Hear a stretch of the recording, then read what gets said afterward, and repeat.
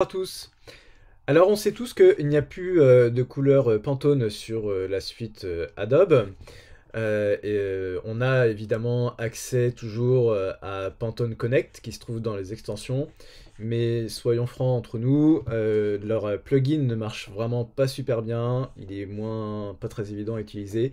Et en plus de ça, il est payant. Donc en période de crise, on essaie de trouver des petites astuces. Et j'aimerais vous en proposer une lorsque vous avez besoin de connaître la valeur Pantone la plus proche d'une couleur que vous avez sur un logo par exemple. Alors l'astuce elle est là, en fait il existe un site, vous allez sur l'IFOcolor,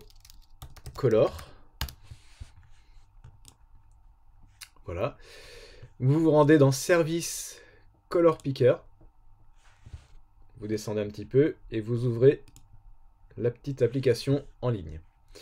Ça se présente comme ça. Vous allez pouvoir charger une image à partir de votre disque dur. Et à droite, en fait, il va vous indiquer la valeur Pantone la plus proche. Je dis bien la plus proche, puisque de toute façon, une valeur Pantone essaie toujours d'être la plus proche d'une couleur existante.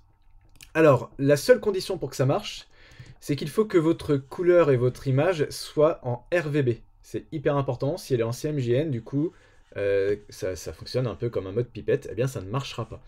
Donc là, sur InDesign, en fait, j'ai ouvert un document en mode web. Vous pouvez imaginer le faire sur Illustrator ou Photoshop, pareil, en RVB. Pour m'assurer que je vous raconte pas n'importe quoi, j'ai déjà préchargé une couleur Pantone 806C, donc 806 Coated, sur mon InDesign pour voir si le site raconte bien la même chose. Tac. Et ce que je vais faire, c'est que je vais dupliquer ma page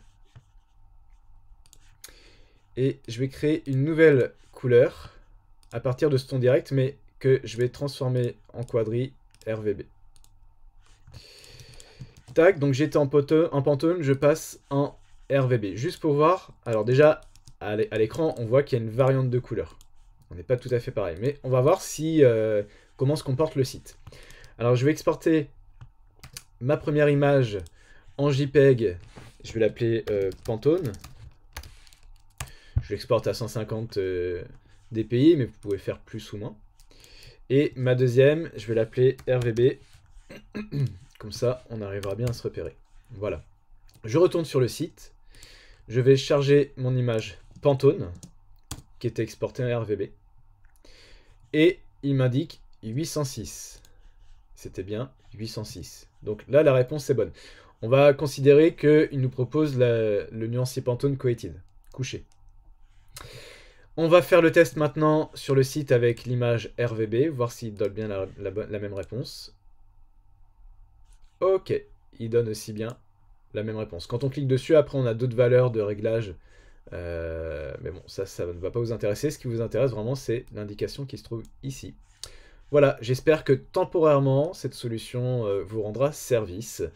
Voilà, mais bon, ça reste toujours le problème de se dire on n'a pas les Pantones qui sont à intégrer dans InDesign.